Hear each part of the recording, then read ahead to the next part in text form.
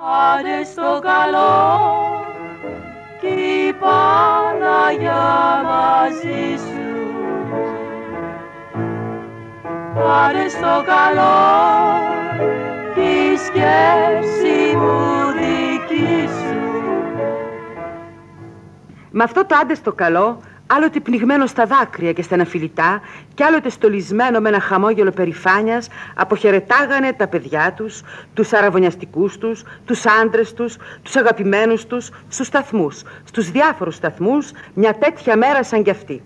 Έτσι και η Κατίνα, Κλεός Κουλούδη, μαζί με τη Γαρουφαλιά, Αλίκη Ζαβερδινού, μια τέτοια μέρα σαν κι αυτή, ήρθανε στο σταθμό Λαρίσης να αποχαιρετήσουν η μια το Μίτσο της, Γιάννη Σίλβα, και η άλλη το Βαγγέλη της, Νάσο και Δράκα, που φεύγανε για το μέτωπο.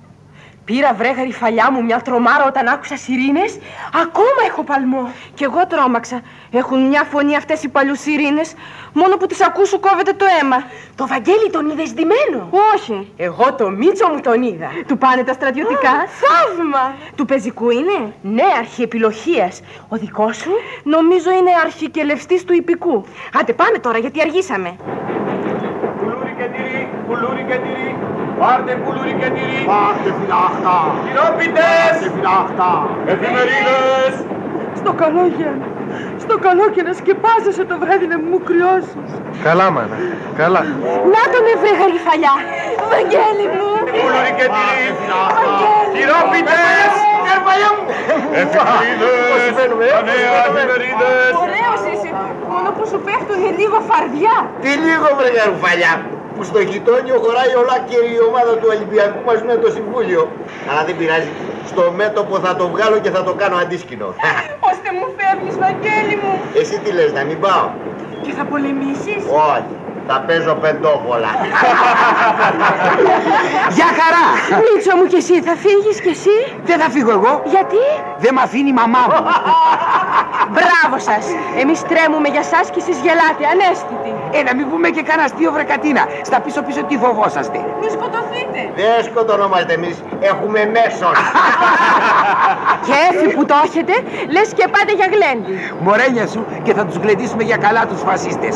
Τι να σου πω ρε Βαγγέλη, έχω τέτοιο μίσος μέσα μου για δάφτους που τον πρώτο φασίστα που θα συναντήσω θα τον καταπιώ σαν ασπιρίνη. Μην το κάνεις αυτό αδερφέ μου γιατί θα πάθεις κοιλιακά. Μα γιατί μωρέ παιδιά μας κηρύξανε τον πόλεμο? Γιατί τους εμποδίσαμε να μπουν στην πατρίδα μας. Ξεχνάνε φαίνεται πως είμαστε Έλληνες και ότι μπορούμε να τα βάλουμε με 1 δισεκατομμύριο δια όλους. Αν τυχόν μας στήξουνε στο φιλότιμο. Κι αν σας νικήσουνε? Ποιοι? Οι φασίστες. Πάλι γελάτε. Αφού λέτε αστεία να μην γελάσουμε. Κι όμως μπορεί να μας νικήσουνε. Γιατί εμείς είμαστε μια χούφτα. Ενώ αυτοί είναι 8 εκατομμύρια. 8 εκατομμύρια μυρμήγκια όμως, ενώ εμείς είμαστε μια χούφτα αλλά λιοντάρια. Ποιοι θα νικήσουνε περικαλώ, τα μυρμήγκια ή οι λέοντες? Οι λέοντες νομίζω. Άλλο εσύ. Δεν είμαι ηρώας, είμαι Έλληνας φαντάρο. Το ίδιο κάνει. Αλήθεια ρε Γαρουφαλιά, δεν σ' ρώτησα. Θα με σκέφτεσαι καθόλου τώρα που θα λείπω?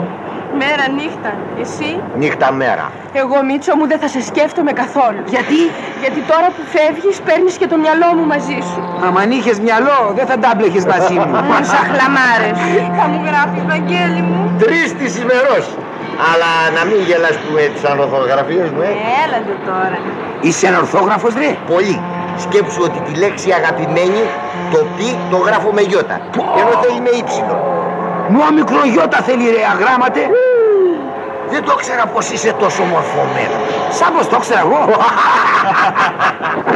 Τον τρένο τον 5 αναχωρεί σε 2 λεπτά. Άντε πάμε κορίτσια. Γεια σου Κατινάκη μου. Γεια σου Μίτσο μου. Στο καλό Βαγγέλη μου, στο καλό. Γεια σου Καρπάλια.